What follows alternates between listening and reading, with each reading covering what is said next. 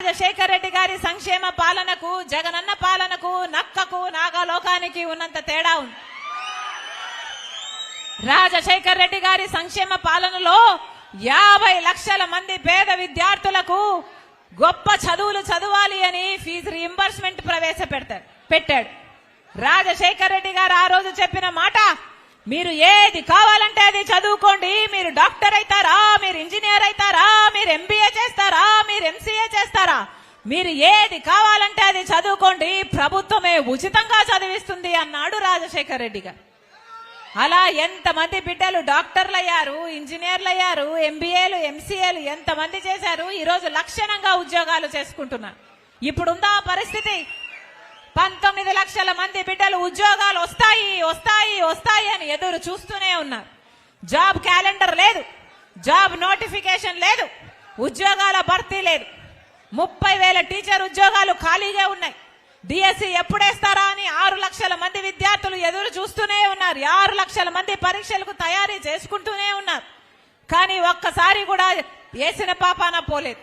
ఇప్పుడు ఎలక్షన్లు వస్తే ఇప్పుడు వేస్తారట డిఎస్సి. ఇక మీరు ఇప్పుడు డిఎస్సి వేస్తే నోటిఫికేషన్ ఎప్పుడు వస్తుంది, వాళ్ళకు పరీక్షలు ఎప్పుడు వస్తాయి, వాళ్ళకు ఉద్యోగాలు ఎప్పుడు వస్తాయి? ఒక్కటంటే ఒక్క గ్రూప్ 1 ఉద్యోగం రాలేదు ఆంధ్ర రాష్ట్ర ప్రజలకు. అంటే మన ఆంధ్ర రాష్ట్ర బిడ్డలు ఒక్క గ్రూప్ 1 ఉద్యోగం చేయడానికి కూడా అర్హులు కారా? ఏమి చెప్పాలనుకుంటున్నారు? ఇంతమంది బిడ్డల జీవితాలతో ఆడుకుంటున్నారే, ఇది న్యాయమేనా? ఒక్క రకంగా అంటే ఒక్క రకంగా అయినా మన రాష్ట్రం బాగుపడిందా? ఇక్కడే ఉంది హంద్రీనివా ప్రాజెక్ట్. రాజశేఖర్ రెడ్డి గారు హంద్రీనివా ప్రాజెక్టును చేపట్టారు. ఆ రోజుల్లోనే రాజశేఖర్ రెడ్డి గారు 4,500 కోట్ల రూపాయలు ఖర్చు పెట్టారు. ఆ ప్రాజెక్టు 6.5 లక్షల ఎకరాలకు నీళ్లిచ్చే ప్రాజెక్టు, 33 లక్షల జనాభాకు నీళ్లిచ్చే ప్రాజెక్టు. అటు సాగునీరు ప్రాజెక్టు, ఇటు తాగునీరు ప్రాజెక్టు.